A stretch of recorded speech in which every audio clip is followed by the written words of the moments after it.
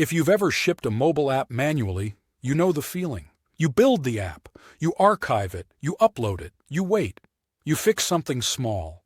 You repeat the entire process again.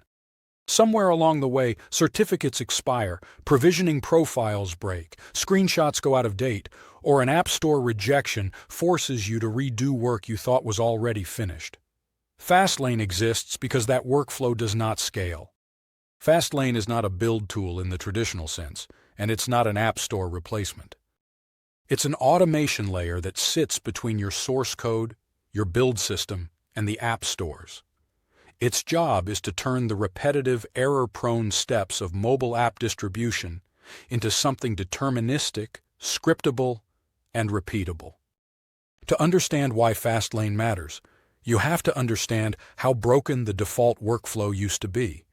For a long time, mobile app distribution was designed for individuals, not teams. The expectation was that a developer would open Xcode or Android Studio, click a few buttons, upload a build, fill out metadata by hand, and call it a day. That works exactly once. The moment you add a second developer, a CI system, multiple environments, or frequent releases, the process becomes fragile. Fastlane was created to solve that exact pain. At its core, Fastlane is a Ruby-based automation framework specifically designed for mobile development. It provides a set of tools called actions that wrap the messy, inconsistent, and often undocumented parts of iOS and Android distribution into a single, scriptable interface. Instead of clicking through GUIs, you describe what you want to happen, and Fastlane makes it happen. The key idea behind Fastlane is that shipping an app is code, not metaphorically, literally. Your build process, signing, metadata, screenshots, and store uploads should be version-controlled, reviewable, and reproducible. Fastlane turns release engineering into software engineering. When you use Fastlane, you define something called a lane. A lane is a named automation workflow. It might be something like build a beta release, or ship a production release, or upload metadata only. Each lane is made up of steps, and those steps are just Ruby code calling Fastlane actions. This immediately solves one of the biggest problems in mobile development: tribal knowledge. Instead of one person knowing the secret sequence of clicks required to ship an app, the entire process is written down as executable code. Anyone on the team can run it. A CI server can run it, and if something changes, the change lives in source control. Fastlane works by integrating directly with the existing tools that mobile developers already use. On iOS, that means Xcode, Xcode Build, code signing tools, and App Store Connect. On Android, that means Gradle, the Android SDK, and the Google Play Developer API. Fastlane doesn't replace these tools, it orchestrates them. On iOS, one of Fastlane's most important responsibilities is managing code signing. Apple's signing ecosystem is powerful but notoriously complex. Certificates expire, profiles go out of sync, a single missing entitlement can break a build. Fastlane provides tools that can create, download, renew, and synchronize certificates and provisioning profiles automatically. This is where Fastlane's philosophy becomes clear. Instead of treating signing as a manual setup step that everyone does slightly differently, Fastlane treats it as part of the pipeline. The same way you wouldn't manually compile source files one by one, you shouldn't manually manage signing artifacts on every machine. Fastlane can log into the Apple Developer Portal, generate certificates, create provisioning profiles, and install them where they're needed. More importantly, it can do this consistently across machines and environments. That's a huge deal for teams and CI systems. Fastlane also integrates deeply with App Store Connect. Uploading a build is only part of releasing an app. You also have metadata, descriptions, keywords, release notes, pricing, availability, and screenshots in multiple languages and device sizes. Doing that by hand is slow and error-prone. Fastlane treats App Store metadata as data. You define it once in files, and Fastlane pushes it to the App Store.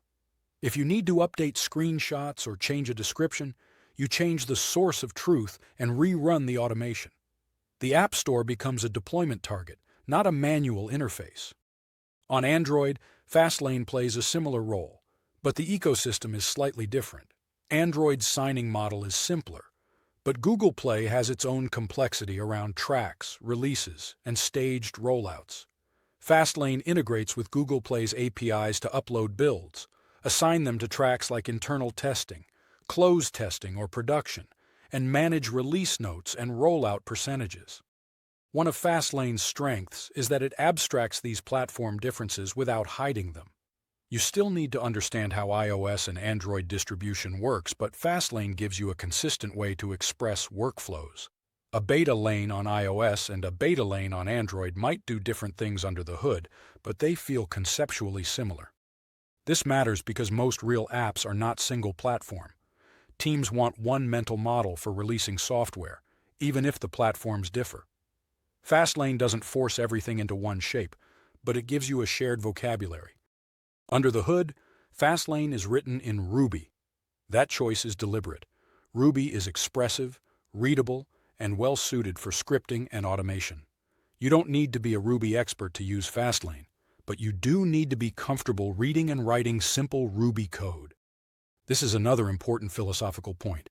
Fastlane is not a declarative configuration file, it's a programming environment. That means you can use variables, conditionals, loops, environment detection, and custom logic. Your release pipeline can be as simple or as sophisticated as you need it to be. This flexibility is why Fastlane integrates so well with CI systems. Whether you're using GitHub Actions, GitLab CI, Bytree, CircleCI, or Jenkins, Fastlane fits naturally. The CI system triggers Fastlane. Fastlane handles the mobile-specific complexity. The boundary is clean. A typical CI setup might check out the code, install dependencies, then call a Fastlane lane. Everything else happens inside Fastlane. That makes the pipeline easier to reason about and easier to debug. Fastlane also plays well with version control and branching strategies. You can have different lanes for different branches. A commit to main might trigger a beta release. A tagged commit might trigger a production release. The logic lives in code, not in someone's memory. One of the most underestimated benefits of Fastlane is reproducibility. When something goes wrong in a manual release process, it's often hard to reconstruct exactly what happened. With Fastlane, the release is deterministic. The same inputs produce the same outputs. Logs are captured, steps are explicit. That alone can save teams hours or days of debugging. Fastlane is also extensible. If the built-in actions don't do exactly what you need, you can write your own. Because everything is Ruby, custom actions can integrate with internal systems, call external APIs, or enforce organization-specific rules. This is where Fastlane becomes more than a tool and starts becoming infrastructure. It's also worth talking about what Fastlane is not. Fastlane does not decide your release strategy. It does not replace good testing. It does not magically fix broken builds. What it does is remove friction so that good practices are easier to follow. If you want to release frequently, Fastlane makes that feasible. If you want to automate beta distribution, Fastlane makes that reliable. If you want to treat App Store configuration as code, Fastlane makes that natural. Getting started with Fastlane is intentionally incremental. You don't have to automate everything at once. Many teams start by using it only for build and upload. Over time, they add signing automation, metadata management, screenshot generation, and release orchestration. This incremental adoption is important. Fastlane respects the reality that every team's workflow is different. You don't adopt Fastlane by throwing everything away.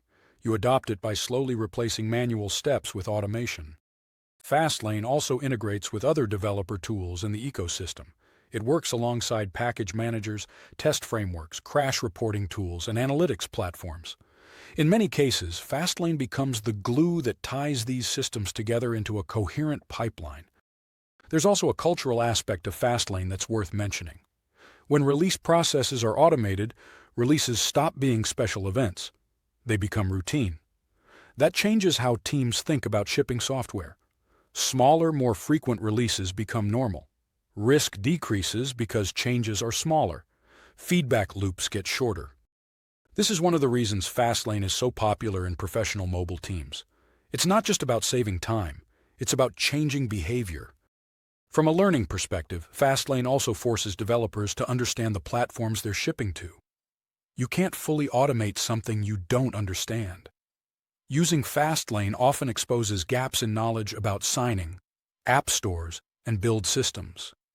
Filling those gaps makes you a stronger mobile engineer. Fastlane has been around long enough now that it's effectively industry standard. Even if you don't use it directly, there's a good chance the apps you use every day are built and shipped with Fastlane somewhere in the pipeline. That makes it a valuable tool to understand, even if you're early in your career. At a deeper level, Fastlane is an example of a broader trend in software engineering. As systems become more complex, the boundary between code and process disappears. Build scripts, deployment pipelines, and release workflows become first-class software artifacts. Fastlane sits squarely in that world. When you adopt Fastlane, you're not just adopting a tool. You're adopting the idea that shipping software should be automated, repeatable, and reviewable. That idea applies far beyond mobile development. Fastlane doesn't eliminate complexity. It makes complexity explicit. And once complexity is explicit, you can manage it. That's why Fastlane matters. Not because it saves a few clicks, but because it turns one of the most fragile parts of mobile development into something you can reason about, improve, and trust. If you're serious about shipping mobile apps professionally, Fastlane is not optional knowledge. It's part of the modern mobile engineering toolkit. And once you understand how it works, you start to wonder how you ever shipped apps without it.